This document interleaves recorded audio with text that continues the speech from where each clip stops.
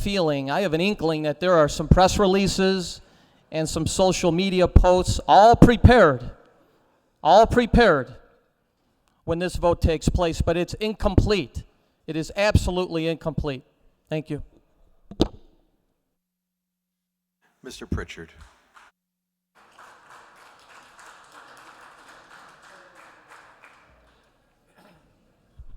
Thank you, Mr. Speaker. Will the sponsor yield? Sponsor yields. Representative, is this a permanent freeze or just for a year or two? Permanent. So do you have any estimate of what impact this permanent freeze will have on our units of local government over the next 10, 20 years? I'm told by staff the Department of Revenue won't have those figures for some time. But in advancing this legislation, aren't you curious about the impact this is going to have on the people that provide education and our public safety and our roads and all the other services that we expect local government to provide? I would submit that there won't be an adverse impact on government. I think there'll be a positive impact on our taxpayers who won't have to pay higher taxes automatically. This is our only chance to freeze that. But let me tell you, if any government whatsoever states that they don't have enough revenue, all they have to do is ask the taxpayers for more money. That's it. What's wrong with engaging with our citizens and saying, you know what, if you want these services, we're going to need to tax you some more. Would you like that or not? So I think it's great that we ask our voters what they think on these certain issues, and I would like to see them weigh in on this particular issue. But one of the biggest issues that this tax affects, as has already been pointed out, is our public education system. Do you know how much education consumes of that local property tax? It takes the majority. And I tell you, I'm glad, Bob, that you brought that up, because we need to blow up how we fund education in our state. It is broken. It does not work. You know, a few years ago, that's what we talked about here, about fixing education funding, but instead we got sidetracked with pension funding, which we didn't fix either. But that is the biggest issue, because that is what brings up our property taxes, and we need to fix that funding. So rather than jump off the cliff, though, on this issue of funding education, shouldn't we fix that before we try to freeze the source of funding for education? We're not jumping off any cliff. I don't think anybody can honestly say that if you get the same amount of money as you got last year, that we're somehow pushing you off the cliff. So then let's take that as an example, though. Please. So as we look at a lot of our units of local government that are providing the services, isn't the biggest part of that cost of providing the service for personnel? Typically. And certainly in the case of education, it's personnel. So now we're going to say a freeze forever on wages for our families. And we debated that yesterday. Not at all. Oh, come on. All you have, listen, in my county, we run referendum all the time. You know, the same value house in McHenry County as opposed to a house in Cook County, same value. We pay 2.5 times more in property taxes than that same valued house in Cook. That isn't fair. And why are we doing it? Because we vote for referendums so we can fund our education, because the state doesn't. In Marengo, where my kids went to school, where I went to school, where my parents went to school, the state pays less than 11% of our funding. But that's not how it is in other areas. We need to fix that, but we cannot continuously beat on our homeowners and drive them out of state. And that's what this is about. Are we protecting our taxpayers, or are we protecting our governments? We need to protect our taxpayers. Well, but our taxpayers expect the legislature to come up with workable solutions. And you're not providing a workable solution before you cut us off at the knees. When you're in a hole, you stop digging. Well, I would hope, and I would hope that that's part of our budget discussions this year. That's what we're talking about. That's why we've got to hold the line on spending. But I fail to see that we get agreement in our working groups. Any vote that doesn't do that, if you don't vote for this, you're saying don't hold the line on spending, and to have automatic increases in perpetuity. Let's always take more from the taxpayers. A present vote or a no vote is exactly saying tax and spend more. But your vote also says that we're not for working families like you said you were yesterday. This has nothing Today, to do this with is that. a vote for our educators who are working families.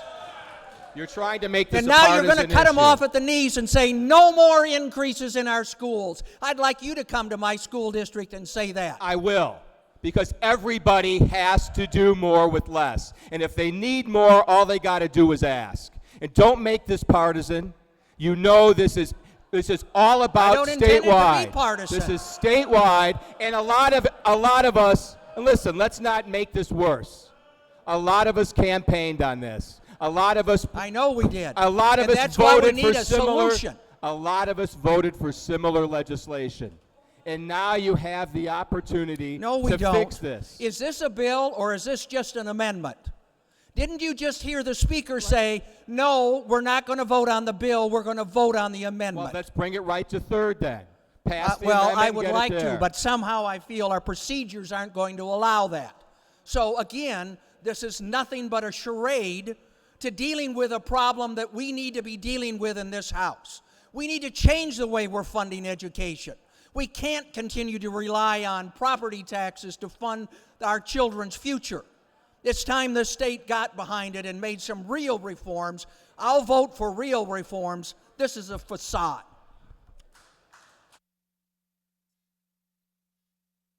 We are going to go to the 2-minute timer. Mr. Worley for 2 minutes. Thank you, Mr. Speaker. Will the sponsor yield? Sponsor yields. Representative, as I understand this applies to all home rule units, including in the city of Chicago. Is that correct? It does. So I know down here in Springfield, news from what I call the outside world doesn't typically get here, but are you aware that recently Moody's downgraded the city of Chicago's bond status to junk, along with the public schools and the park districts, which results in $2.2 billion of bonds being callable, meaning that the bond houses could pick up the phone and say, we would like our money? Are you aware of that? I am. Are you aware that the city of Chicago, the public schools in Chicago, and the park districts in Chicago are billions of dollars in debt due to their pension systems? I am. Are you aware that Chicago property taxes haven't been raised historically for decades? I am. So when you ask what's wrong with this bill, and I will now speak to the bill, I'll tell you what's wrong with this bill. This does nothing more for Chicago than allow top cover for their burden to not fall upon them. This is a shift of income to areas outside of Chicago. Where the debt was incurred, this doesn't allow them to solve their own problem. It pushes it on to the rest of the state. That, sir, is what's wrong with this amendment.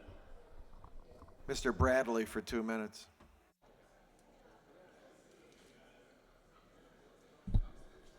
Will the sponsor yield? Sponsor yields. Is this the governor's proposal, Representative?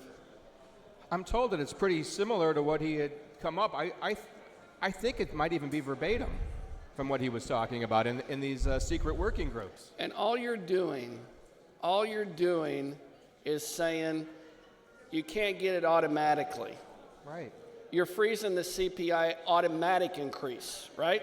Exactly. A district can still go and get an increase if they want, if they choose to do that, right? Right. They still have that ability, right? Absolutely. It's just not automatic anymore. right. So we have a Democrat legislator who has picked out a portion of the governor's agenda and is supportive of that and is advocating and fighting for that portion of the agenda, and you're meeting opposition for trying to work as a bipartisan on an issue that you believe in.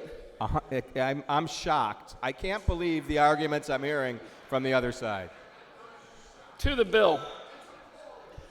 What I hear from people are two things. They want us to look for opportunities to work together. Now, yesterday was a core value.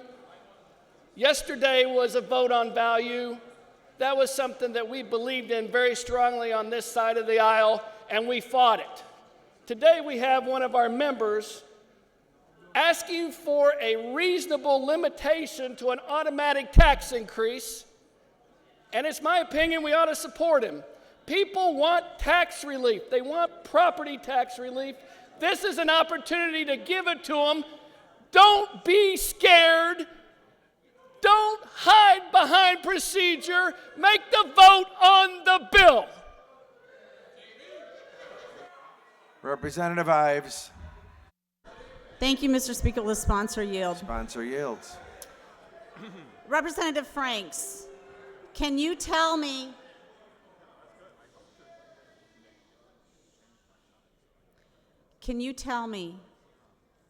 that the nearly $13,000 I paid in property taxes this year will be the same amount next year under this bill?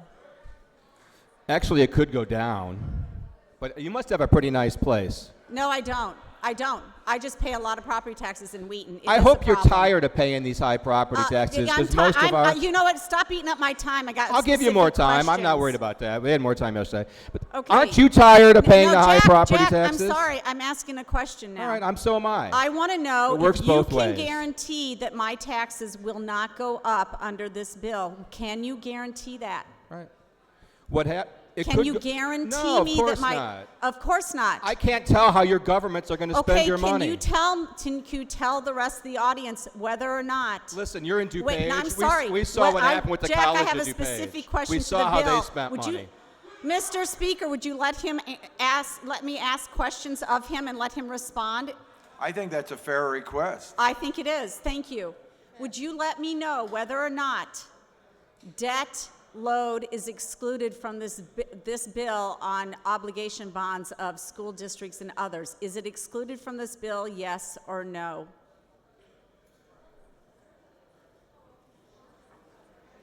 Yeah, the bond exceptions remain.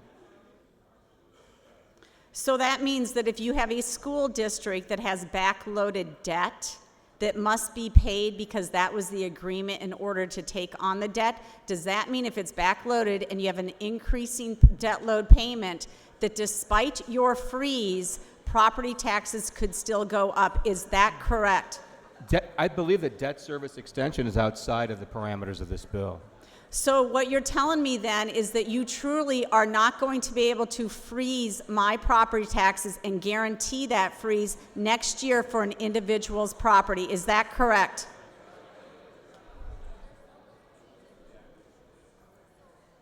Is that correct? Yeah, your taxes could go down, and they I'm could asking, go up. could they go up? Under your bill, do you It really depends what the freeze mill my rate taxes? is. It depends No. how your assessor Exactly. takes care of your home. Thank but you the very fact much. the fact is, what we're limiting here is the amount that the government gets automatically. If they I'm sorry, want but he more, can all make they his- have to he do can is make ask his closing for it. remarks. I have questions, and you're eating up my time. I want additional time, sir. You'll have to find someone on your side to I yield want 2 minutes time to yield you. to me immediately to finish this line of Oh, questioning. you want it immediately? Well, Yes, I someone do. on the Republican side, Mr. Sandak, yields 2 minutes.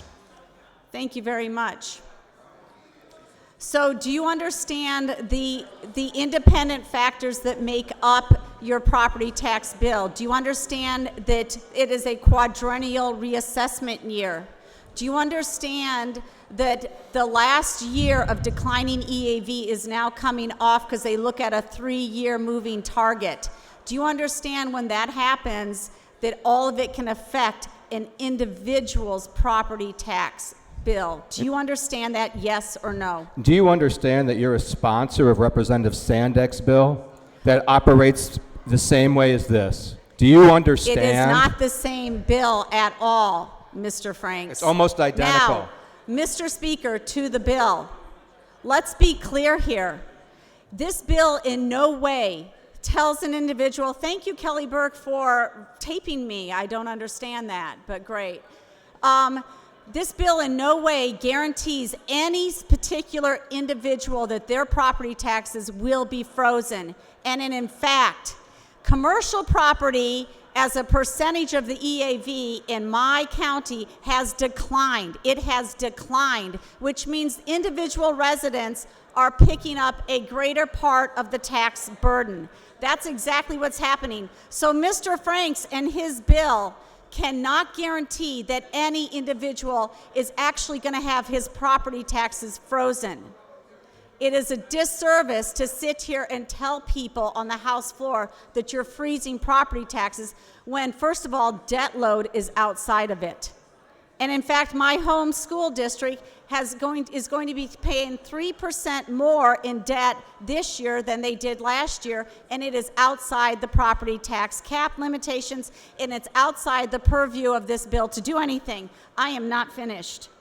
Additionally, the only way that you're going to continue... Representative, your time has expired. The chair Okay, I need recognizes more Mr. time. Riley. Thank you, Mr. Speaker. With the sponsor yield. Sponsor yields. Representative Franks, you know, often, can we have some order, Mr. Speaker?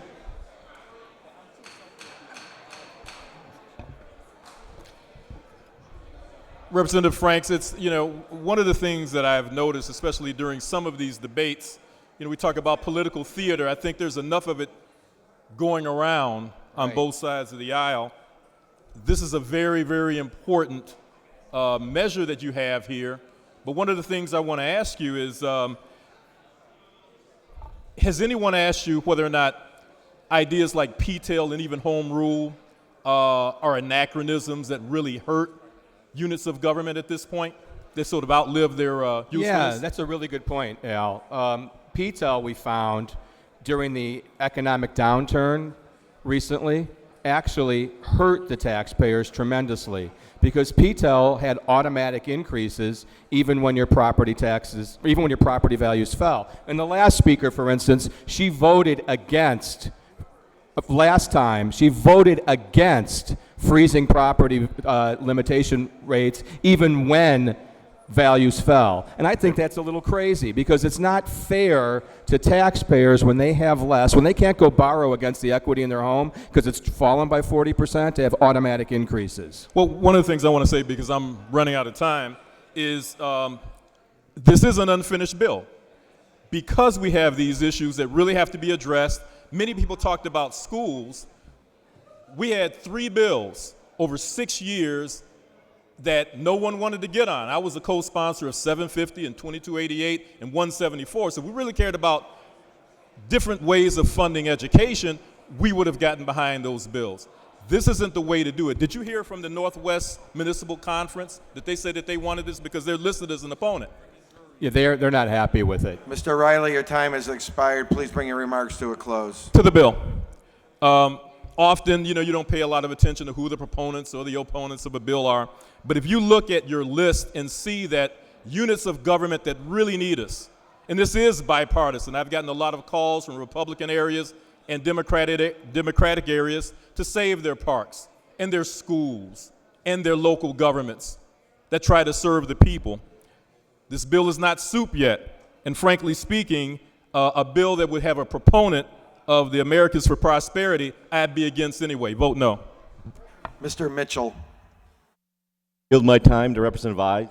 Representative Ives for 2 minutes. Thank you very much. Let's go back to the idea of commercial property and how it has declined so that residents particularly have to pay more. And this is definitely true in the city of Chicago.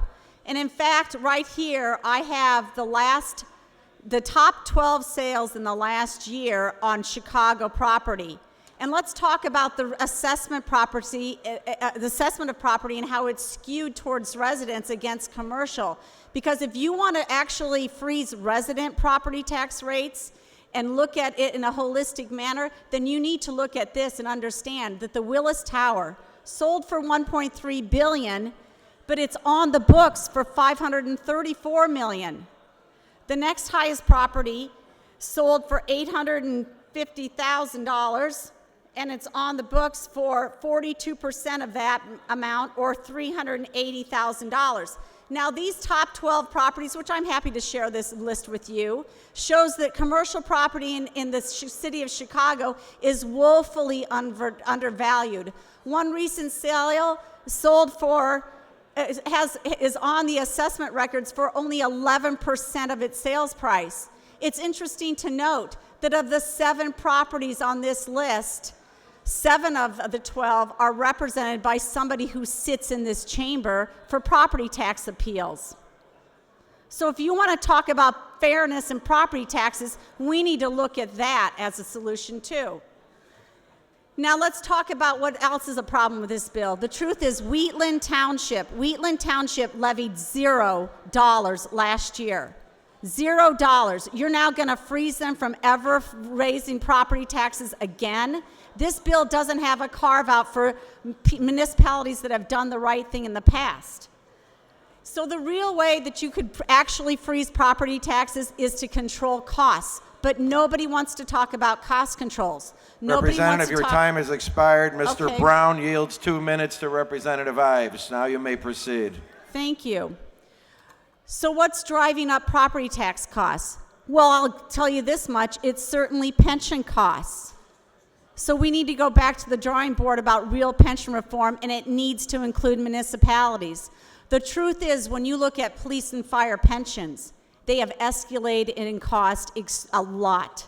And in fact, when you're paying somebody, let's say $100,000 police and fire salary, you're paying an additional $30,000, taxpayers are, just for their pension. It's an inordinate amount. And anybody who thinks IMRF is in good shape needs to question how much we're spending on that.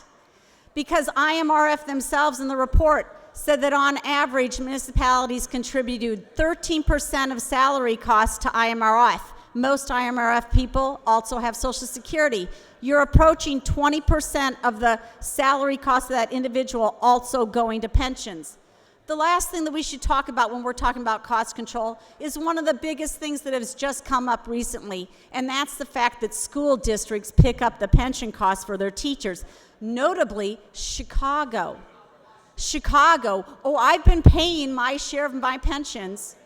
I've been paying it. Oh, the 1981 deal was in lieu of salary increases. Well, let's be honest. The cost that they estimated in the paper, I believe, was about $123 million. The truth is that is hidden. That is hidden from income taxes at both the federal and the state level when you take it as a pension pickup instead of salary. That amount alone for that 1 year then cost the state of Illinois at the 3.75% income tax rate $4.6 million. We need to talk about right-sizing government. We need to talk about cost controls. But all you want to do is put up a bill and you can't even guarantee, you cannot guarantee that you're going to freeze my property taxes. Representative, your time has expired. Representative Anthony yields Representative Ives 2 minutes. The other problem with this bill, the problem with the bill is that you are looking at a 2-year cycle to put a referendum in place from the time you start the referendum process to the time that you get the money. It's a 2-year cycle. There's no way that you can waive off not having some sort of amendment in place that allows municipalities and school districts to do the right thing in the intermediate time frame when you're going to wait 2 years for the entire referendum cycle to go through. All of us agree that property taxes are a problem. People in my district say, there are seniors coming in every day to the assessor crying, saying they can't sell their house because the taxes are too high, they can't stay in the house because the taxes are too high. I agree, it's a problem, but this bill doesn't solve it. It doesn't solve it, it's not fair, and we need to go do the right thing. We need to go back to the drawing board. Thank you, I don't think I need more time right now. Mr. Kay for 2 minutes. Thank you, Mr. Speaker. Would the sponsor yield? Sponsor yields. So, Representative, here we go again. I'm looking at the opponents, and you correct me if I'm missing any or you think that I'm in error. Illinois Statewide School Management Alliance is an opponent. The City of Chicago is an opponent. IEA is an opponent. The South Suburban Mayors and Managers Association is an opponent. Have I missed any so far? There's a lot more. Okay. Will County Government League is an opponent. The Chicago Park District is an opponent.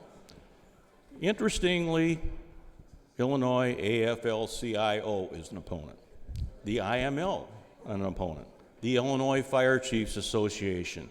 The Metropolitan Mayors Caucus. Ask me. Mr. Kay, Northwest. I'll stipulate to all those opponents, but part of being a leader is standing up and doing the right thing. Sure it is. And you've done that in the past. Yeah. You You don't stood need- with me before on a Jack, very similar Jack, bill, Dwight. Jack, you voted don't- with me. You don't need to yell at me. You stood with me. You don't need to yell Okay. at me. I can hear very well, thank Okay. you. And I'm not yelling at you. I'm just asking you if you're aware, because my hypocrisy only goes so far. And yesterday you stood up, and these people were the very people that you defended. Today, you're saying, oh no, let's turn our backs on these people. This is part of the governor's turnaround agenda. Well, this is part of here's- things that you've Jack, campaigned on and Jack, voted for. But Jack, now you you're know- hiding behind procedure. This and you're is my playing time to partisan talk, political not games. yours. I thought it was Jeannie Ives' time. I'm sorry, but the fact is, can we stop playing politics?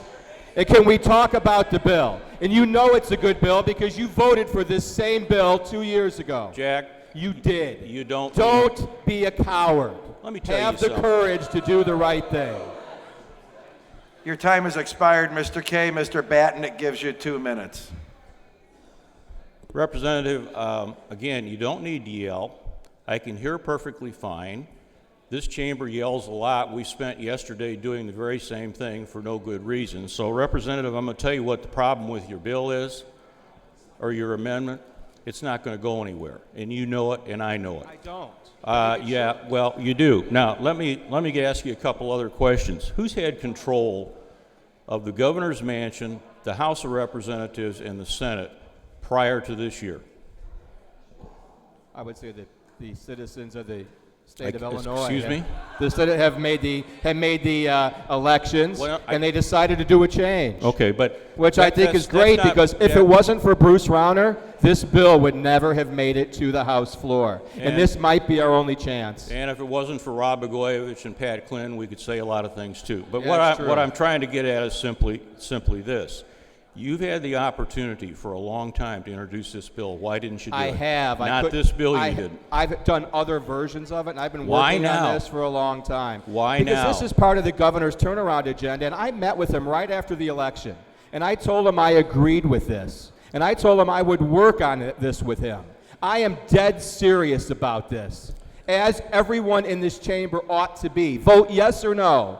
But don't make fun of the bill. Quit hiding behind procedure. You're either with the taxpayers or you're not. Or if you want higher taxes, that's okay. A lot of people on my side of the aisle are going to vote that way, and I don't begrudge them. You know, Jack, but let's you not don't have- attack this you don't- process. you don't have to A yell. yes or no vote. No presents, no hiding. Jack, you don't need to yell. I keep telling you that because you don't seem to be able to answer my questions, and that's part of the problem here. Let me ask you this. If this is such a good idea, do you have a workers' compensation bill that'll fix the system? I'd be happy to work on that. I think we're Because voting next Thursday on that. We've lost more businesses Mr. than Kay, we've your lost time has people. expired. Representative Bourne is giving you 2 minutes. Please good. proceed. And so we haven't done anything with that either, have we? I'm happy to work with you on that. Well, no, my question is why haven't we done it before now? Well, we did a few years ago. Mr. Well, Bradley that's had that was a sham just like No, this it wasn't is. a sham. Well, The sure it problem was the insurance companies kept all the dough. Jack, and you if they would have cut their rates, we would have been in a much better position. It wasn't a sham. It was not Jack, a sham. you don't even know how to calculate rates for workers' comp. So let's be honest with each other. It was a sham. Why didn't you do something with tort reform, other than you're a lawyer? I voted against the unconstitutional bill that the Supreme Court threw No, I'm out. talking. How And I about, how believe about that venue people reform, who are Jack? injured How about ought to venue be reform? compensated. How about venue reform? You I'm could have happy to changed work on that. Why don't you guys work on property tax relief, which you all campaigned Well, on? you know what? Here is your opportunity to do something and to have your rhetoric match the reality. I'm tired of pretenders. A vote present is a vote for higher property taxes. Get on the program if you really believe what you say. If you really believe what you campaign on, if you really believe it, you will stand with the taxpayers. Yeah. If you want to play Jack, games, here's if you the want to play problem. games Here's the and wait problem. for a grand bargain that may or may not ever happen, be my guest. This is our time. You don't, I have told you this 8 times now. You don't have to yell. I understand that's a tactic you use and others use to deflect answers. So here's the deal. There's not a person in my district who doesn't understand that I'm for real tax reform and a procedure that'll get us there. And this procedure doesn't get us there because this is not a real bill. And you know what? It's somewhat offensive, quite frankly, for you to come here and say, you know what, this is what we need to do when you could have done it 5 years ago, 10 years ago, 15 years ago.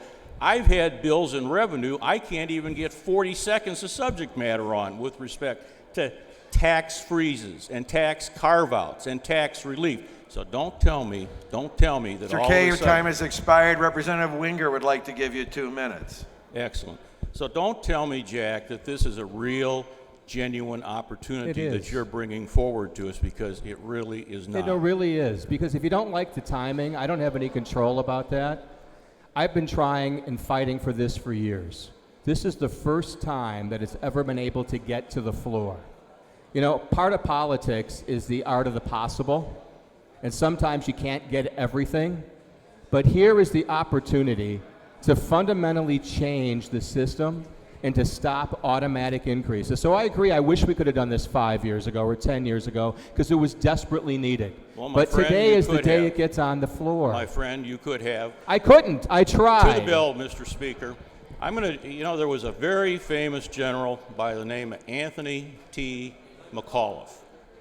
In fact, he fought at the Battle of the Bulge, and you know what? When he was asked to surrender, he had one word: nuts. And this is nuts.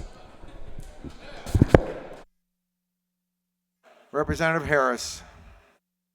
Thank you, Mr. Speaker. Unfortunately, you put the 2-minute timer on, and this is a significant subject which I think deserves more than just the 2 minutes, but the 2-minute timer is on. I was going to ask questions of the Speaker, or of the sponsor, about what we do about the annexation of property, the construction within a district, the expiration of TIFs, but I'll just go to my remarks on the amendment itself. No one in this chamber, I am willing to bet, has campaigned without talking about property tax reform. My constituents come to me and they say, how can my value of my house go down and my property taxes go up? And we talk about extensions and equalized assessed valuations and state equalizers and levies and circuit breakers, and their eyes glaze over, and understandably so. The system needs real, genuine reform. And what does that take? That takes hard work. It's not easy. It takes hard work on the part of lots of people. The governor is on the right path. He is taking a holistic approach. Yes, there's a freeze potential in there, but he's taking a holistic approach as to how local districts can handle a property tax freeze. The sponsor in this House said, the sponsor of this bill said this bill never came to the House floor. The sponsor is a thoughtful legislator. And last year or the year before, he put in a bill that said if the EAV goes down in a district, the districts are frozen. I voted for that bill, and it passed the House, and it went over to the Senate. We've had freezes before here in the House.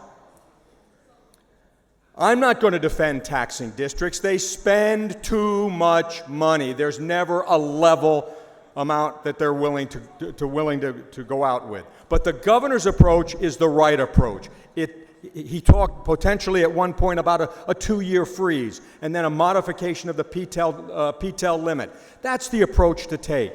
Mr. Harris, your time has expired. Mr. Anderson is going to give you his 2 minutes. Please proceed. Thank you very much, and I will close. You know,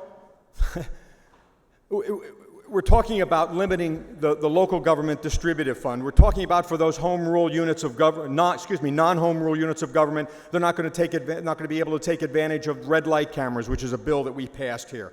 We are putting districts in a straitjacket. This is not the right approach to take, and we know that it's not the right approach to take. Do I have a concern about the process? You bet I have a concern about the process and the procedure. I don't think this is real. I'm willing to bet that this bill never gets to third reading, okay? But it's a roll call. It's a roll call out there when we cast the vote. I don't care about the procedure. I'll tell the sponsor this: a bad bill is a bad bill. I don't care what the procedure is. This is a bad bill, and it deserves a no vote. I'll probably be banished from the Republican caucus. I'll probably have my seat up in the gallery, but it deserves a no vote. And I'll stand by my no vote when those postcards go out come election time. Thank you. Representative Wallace for 2 minutes.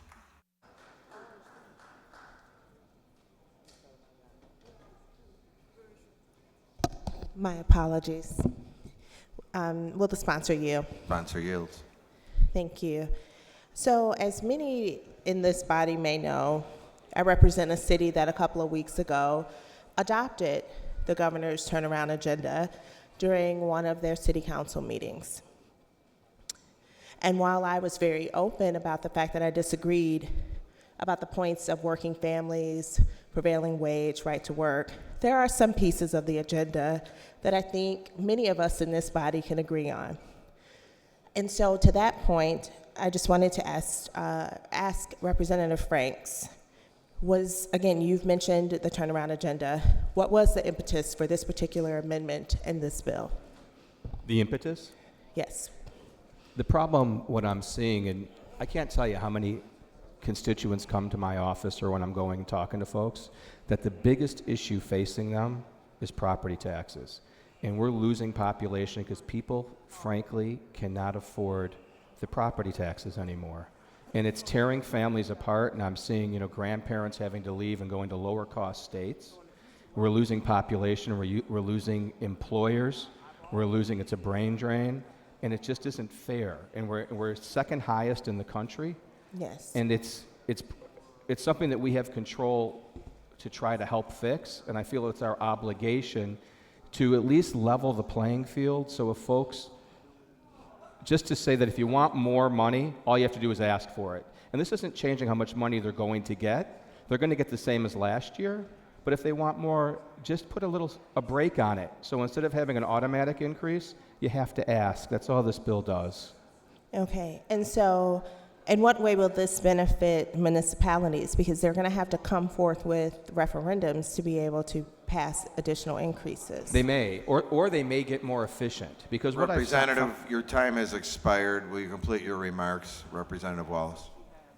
Can we give her more time? Golar is going to give me more time.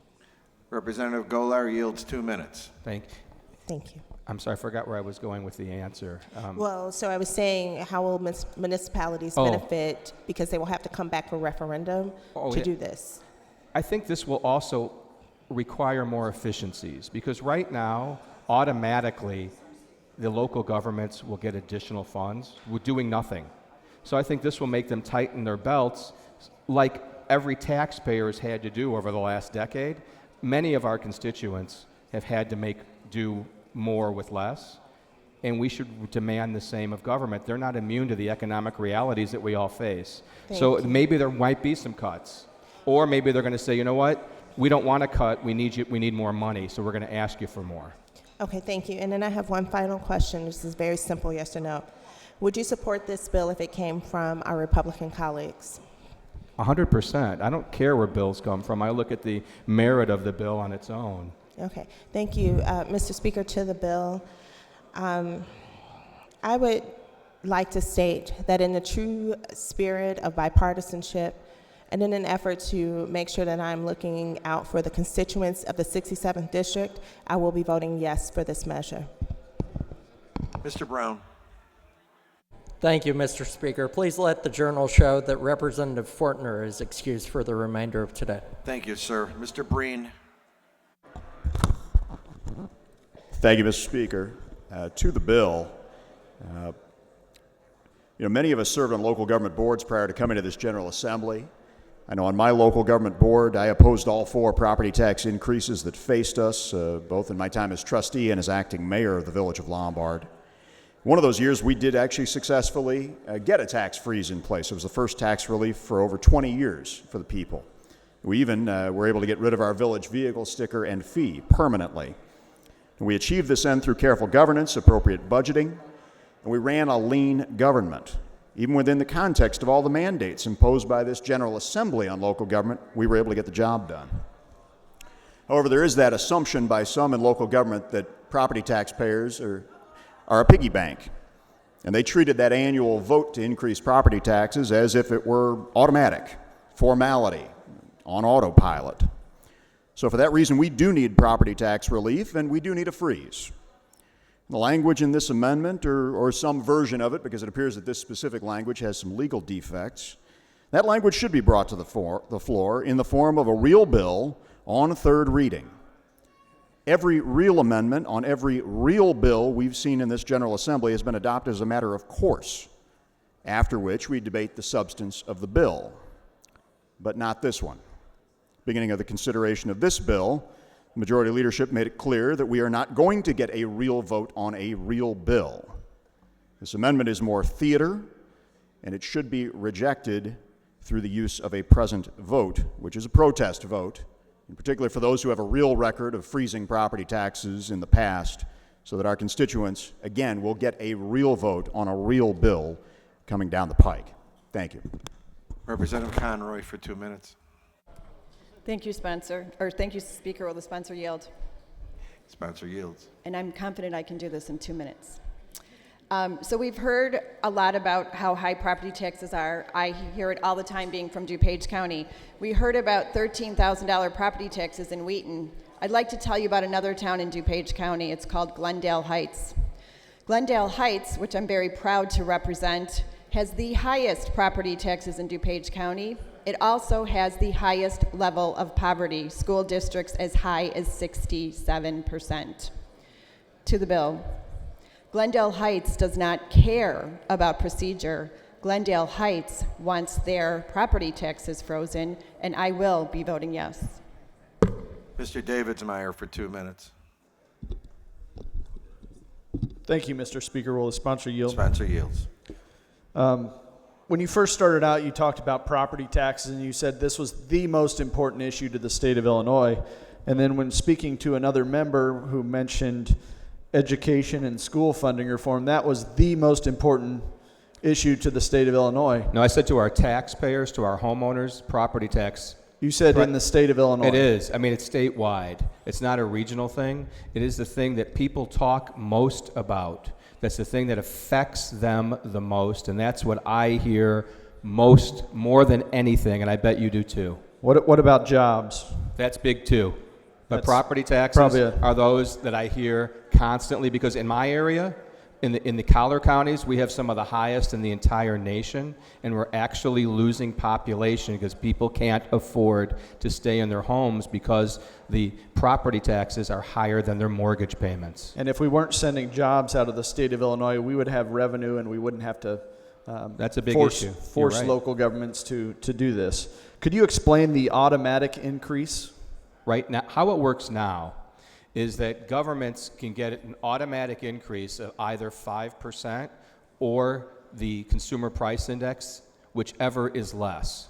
So over the last years, I mean, our CPI has not been very high because we haven't had high inflation rates, but they still get an automatic increase if they choose to take it. And the vast majority choose to take it, even when property values decline. So here you are in a situation where you're underwater on your mortgage. You can't get rid of the house if you wanted to unless you write the bank a big check. And to add insult to injury, while you're down, the government kicks you in the head and says, and by the way, I'm raising your property taxes on the house that's not even worth the mortgage you have on it. And I realize I'm coming to a close. I will bring it to a close if you give me a couple extra second. The automatic increase would mean that if no action is taken, it would automatically go up to that 5%. It would automatically go up to the CPI, whichever's less. This is not an automatic increase. The city councils and local governments have to vote to allow for the increase, correct? Correct. Okay, so this is not automatic. Your local governments can vote against this, correct? They can, but sort of like the guy who has the ability to remain silent, but just not the opportunity to. Just can't. He can't make himself.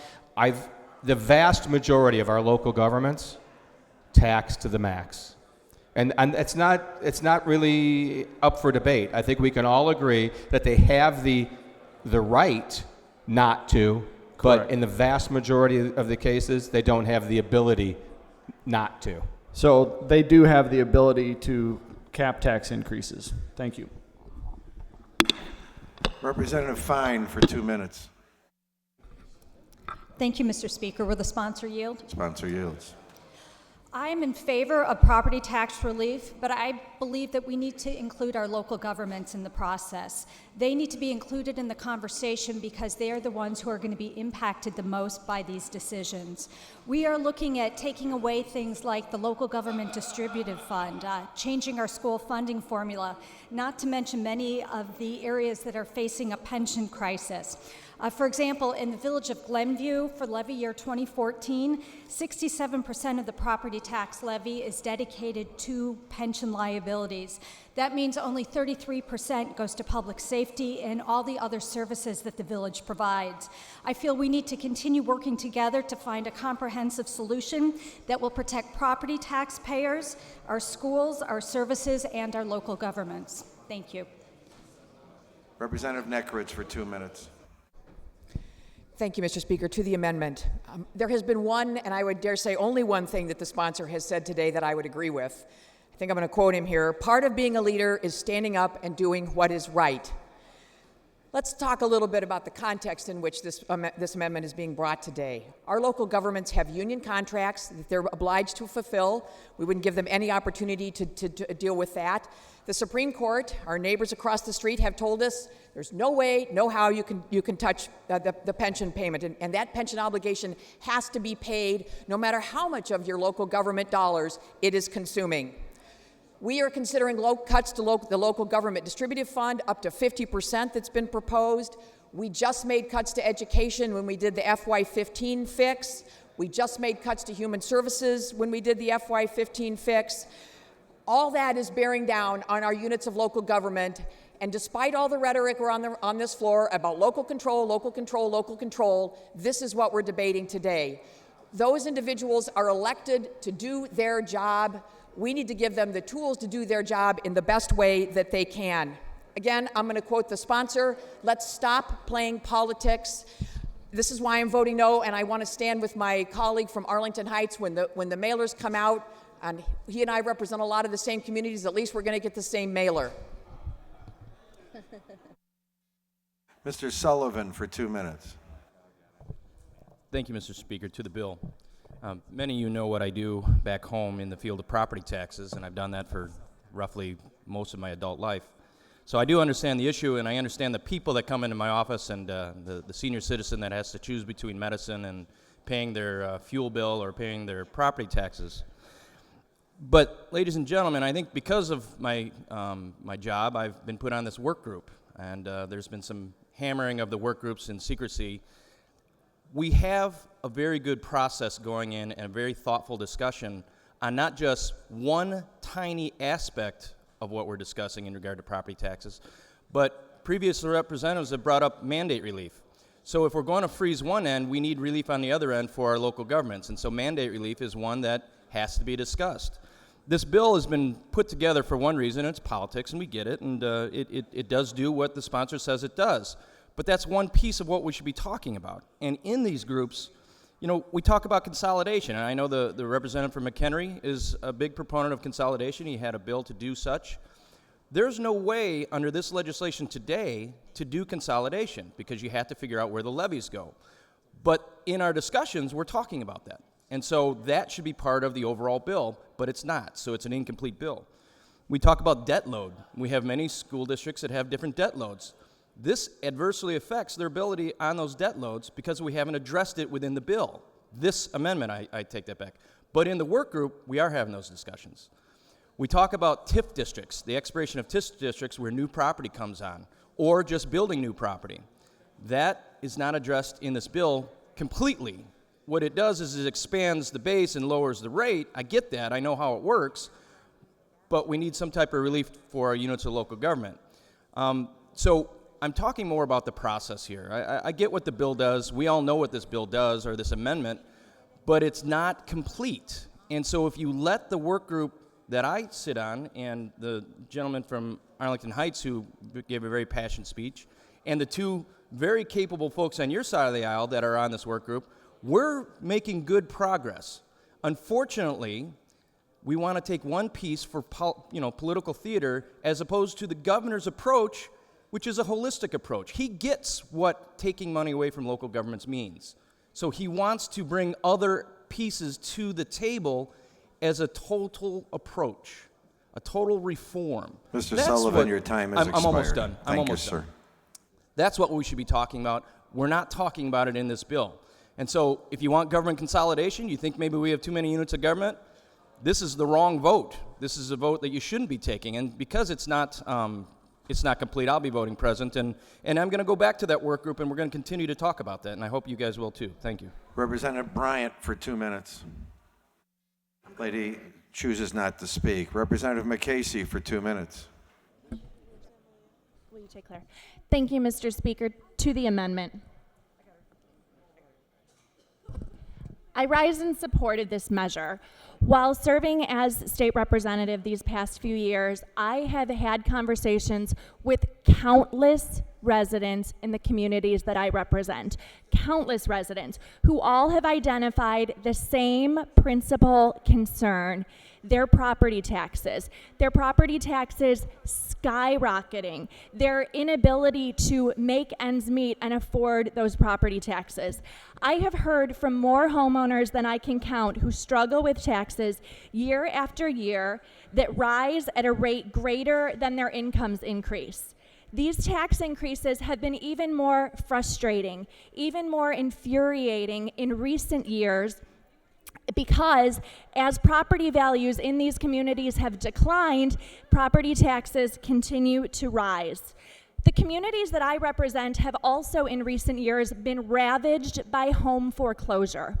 In the time that I've been in office, I have worked to try and stabilize our communities and keep people in their homes. And something that's become very apparent is that it is not the cost of people's mortgages that are driving them out of their homes. It is the cost and the increases in their property taxes. Our communities need this sort of property tax relief. Earlier this week, I received a phone call from a Bolingbrook resident named Donna. She called my office to express her frustration. Donna lives in a very modest home in Bolingbrook. She shared with me that when she purchased the home in 1989, her tax bill was $2,860.46. This year, the tax bill that she received in recent weeks is for an amount of $6,572.46. That represents a 230% increase. Inflation hasn't gone up like that. Her income hasn't gone up like that. She struggles to meet the needs of her family, which includes a son with disabilities, a child with autism. This is an unaffordable situation, and today we have an opportunity to take meaningful action. Donna represents just one frustrated homeowner, like homeowners all across our state and communities all over our state desperately in need of relief. Vote yes today on this amendment. Let's help people in our communities. Thank you. Mr. Morrison for 2 minutes. Thank you, Speaker. To the bill. I just want to be a strong supporter of my taxpayers, my constituents who are facing property taxes that are driving them out of their homes. It's a discussion that I have with them frequently, and it's why, as both a citizen, as a parent, as a state legislator, I've gone to my local school boards. I've talked to school board members. I've talked to administration of the schools to say we have got to be more friendly to the taxpayer. But this bill is not the way, this amendment is not the way to get the relief that the taxpayers demand. I strongly urge a vote on House Bill 136. Representative Sandak, I'm a proud co-sponsor with you. We need to get that bill out of the Rules Committee and vote on that. Thank you. Mr. Brown. Thank you, Mr. Speaker. Please let the record show that Representative Anthony is excused for the remainder of the day. Thank you, sir. Representative Manley. Thank you, Mr. Speaker. To the bill. I rise in support of the gentleman's amendment. Many of us spend a great deal of time meeting and talking with our constituents. A lot of people have told you that today. I personally spend a lot of time knocking on doors. I do this every week. Anytime I'm in the district, I'm knocking on doors. And I believe that if you want to really represent people and you want to do it well, you need to know what they think or how they feel. And the only way I know how to do that is to go to their door and ask them. During these conversations, a multitude of subjects are brought up.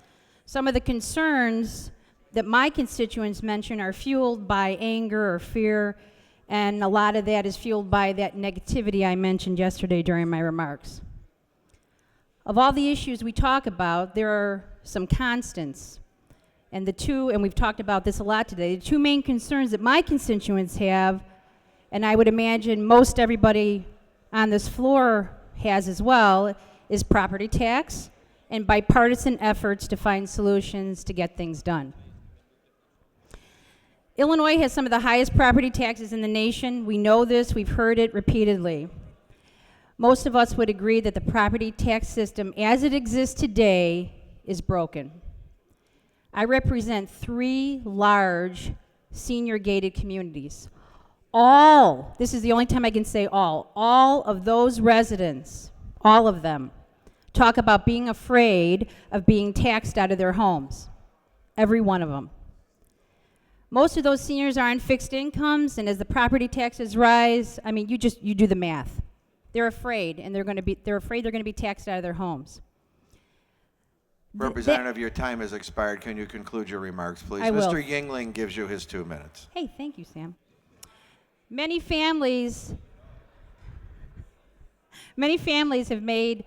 are forced to make tough decisions whether or not they can stay in their homes and pay their property taxes. They're having to decide between college or health care or even healthier types of food, which are very expensive. When I was elected, I promised to fight for property tax reform, and today we have the opportunity to come through for our constituents on 2 of those major concerns. Under the category of property taxes, we can support this bill and freeze them. I'm hoping that this bill will cause a chain reaction that might lead to long overdue property tax reform. We all want that. We should not make good the enemy of perfect. We've heard that many times. Nothing we've done on this floor has been perfect. The property tax system we have in place is flawed. The property tax system provides increases without regard to whether or not the stewardship of our tax dollars has been handled appropriately. Under the category of bipartisanship, we have a chance to work with the governor. Passing this will help every family in every district. Please vote yes. Representative Scherer for 2 minutes.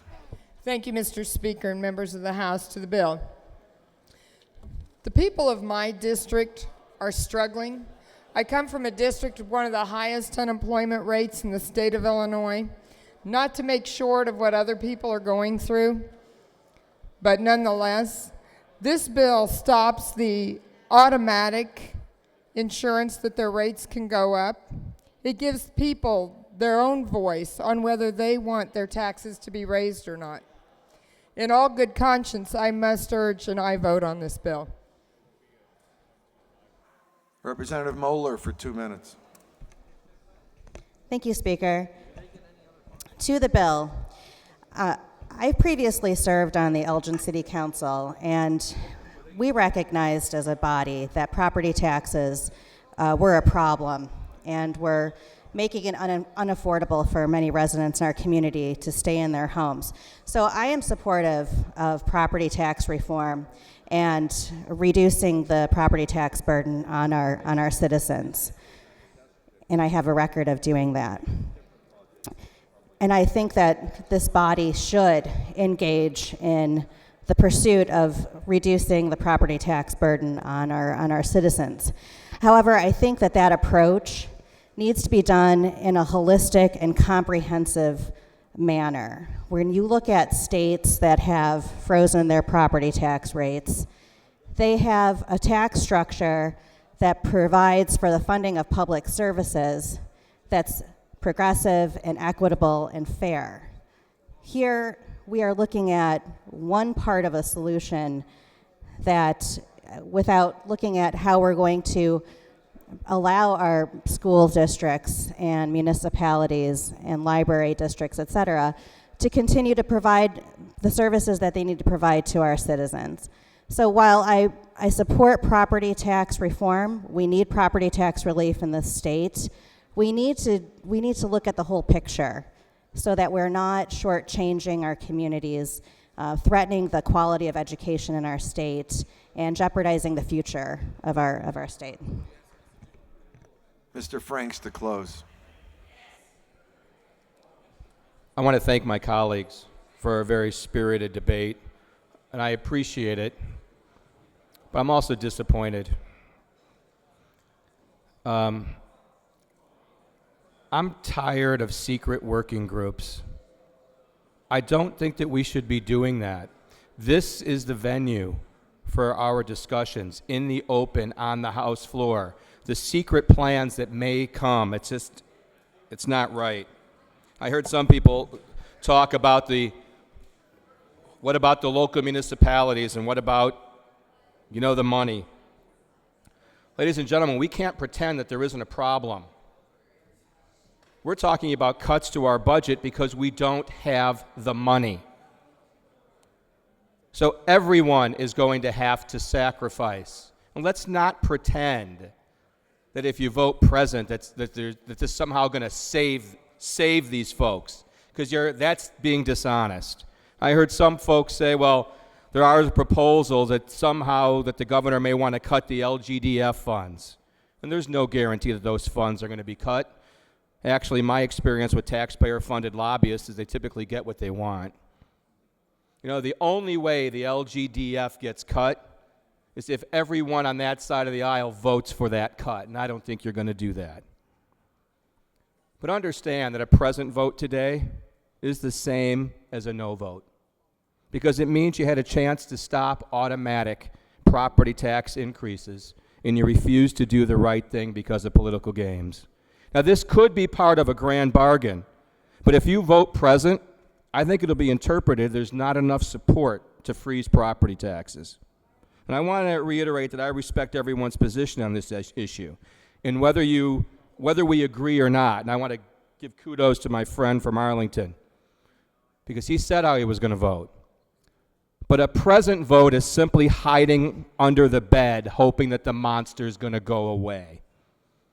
It does nothing to advocate your beliefs. Vote for or against this. We have almost 13 million people in this state who want us to stand up and do something on their behalf. And when you go back to your districts tonight, people are going to ask whether you voted to freeze property taxes or whether you played political games. It's time to step up and to do the right thing. Nobody can take away your ability to take a stand except you. You won an election, and that voting switch belongs to you. You promised. You were entrusted by your citizens to do the right thing. So don't go pat yourself on the back if you go and vote present, that you somehow did something noble because you were holding up the system in hopes of some type of a grand bargain. The procedural arguments were specious, and you know it. This is a real bill that's definitely needed.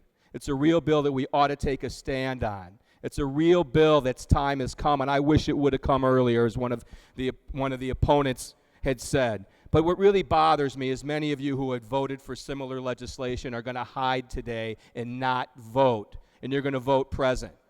Tell us where you stand. There's no quarter here. If you vote present, understand it's a no vote.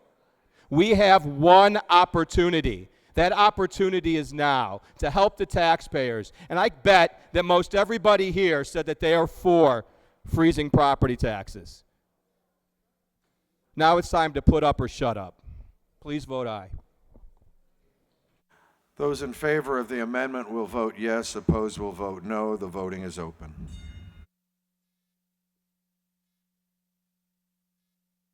Have all voted who wish? Have all voted who wish? Have all voted who wish?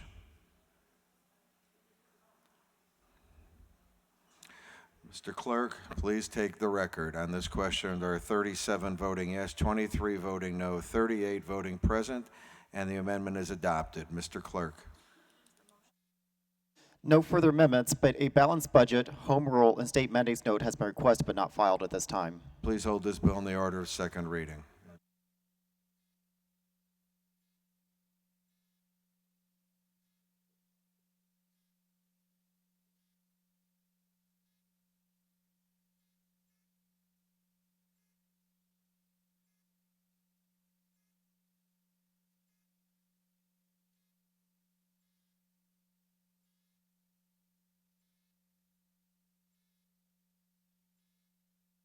Chair recognizes Mr. Sandak. Thank you, Mr. Speaker. I rise on a point of order. State your point, sir. Thank you, sir. Pursuant to House rules, I move for the discharge of House Bill 136 from the House Rules Committee. Under House Rule 54A2, all motions are assigned debate status, and I wish to debate my motion. Upon conclusion of the debate, I ask for a recorded vote on the motion to discharge. Under Rule 49 and Article 4, Section 8C of the Illinois Constitution, any vote shall be by recorded vote whenever 5 representatives shall so request. There are at least 5 of my colleagues whose hands are up right now that wish for a recorded vote on the motion to discharge House Bill 136 from the Rules Committee.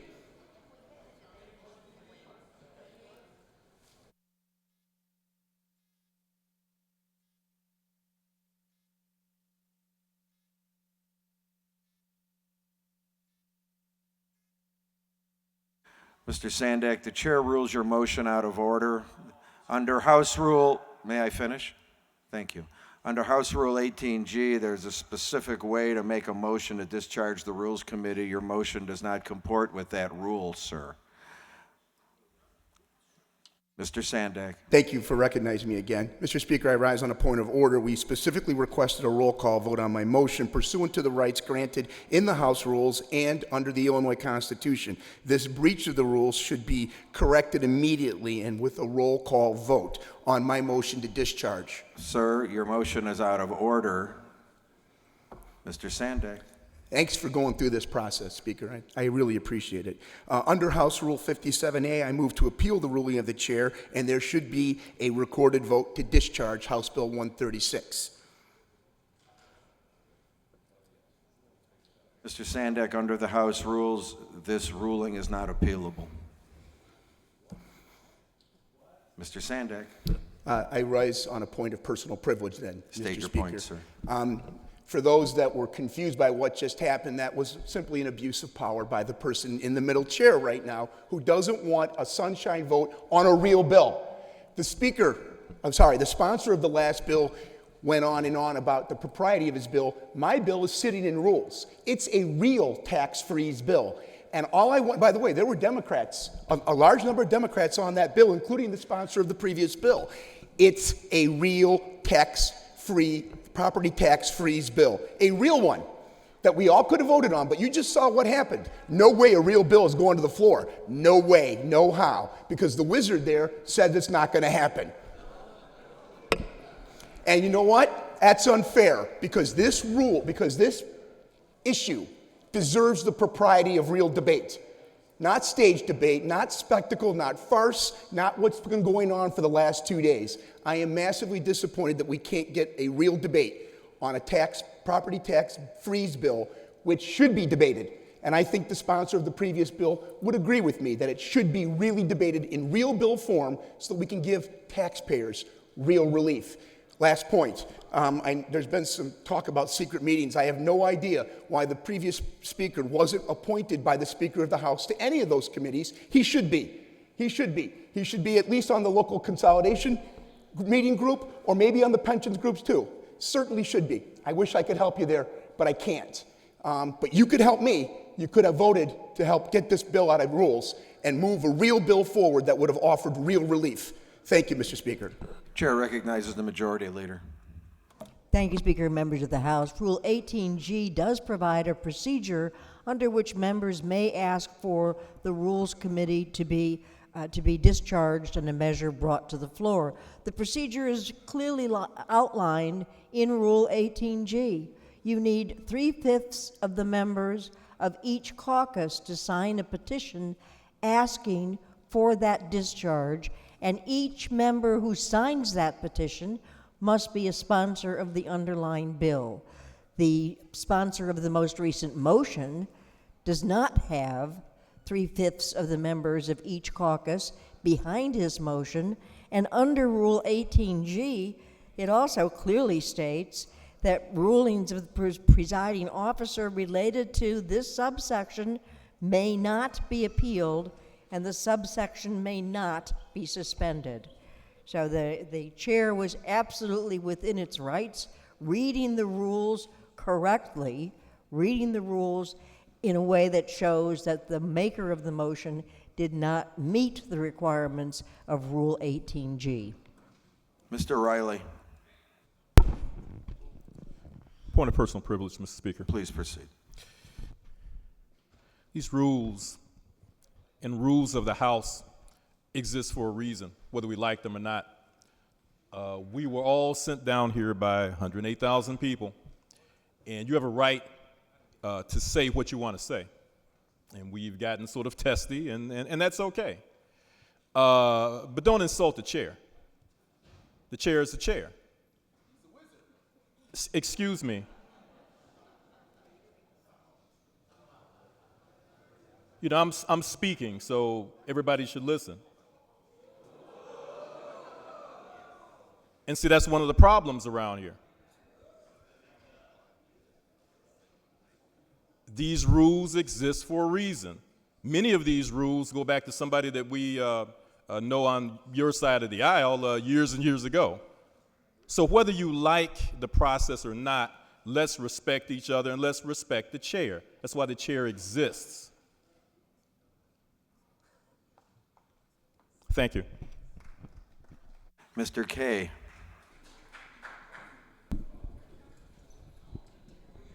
Point of personal privilege. You may proceed, sir. The previous speaker made some good comments, I think, and I think we probably ought to respect the chair. I mean, after all, you're there for a purpose. But I think we need to also respect the fact that each and every individual member represents a body of people. And the fact that the rules are skewed in such a way that we can't do that in the same manner that the folks across the aisle do is troublesome. And I think that's what one of the members on our side of the aisle was trying to point out. We don't make the rules, you all do, and those rules are sort of skewed against us and very much in your favor. And maybe that's just the way it goes, but it's not the way it should be. Thank you, Mr. Speaker. Mr. Brown. Thank you, Mr. Speaker. Please let the record show that Representative Worley is excused for the remainder of the day. Thank you, sir. Mr. Sullivan. Thank you, Mr. Speaker. Point of personal privilege. Please proceed. When we talk about rules and what happened today, remember your first vote when you're in this chamber were for the rules. These are your rules. This 18GB or whatever it is that precluded us from having this discharge was not from a previous General Assembly. This is your wording, the wording that you brought forth to suppress this type of vote. And so when you voted for your rules, you suppressed the ability for us to have a vote on a very substantial bill.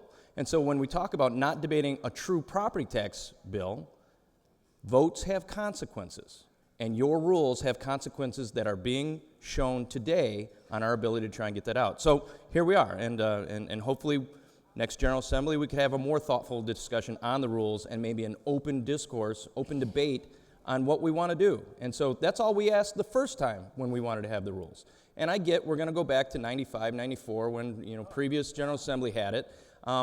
They weren't right then, they're not right now. And that's a Republican saying that. Thank you. Mr. Clerk, agreed resolutions. Agreed resolutions. House Resolution 483 out by Red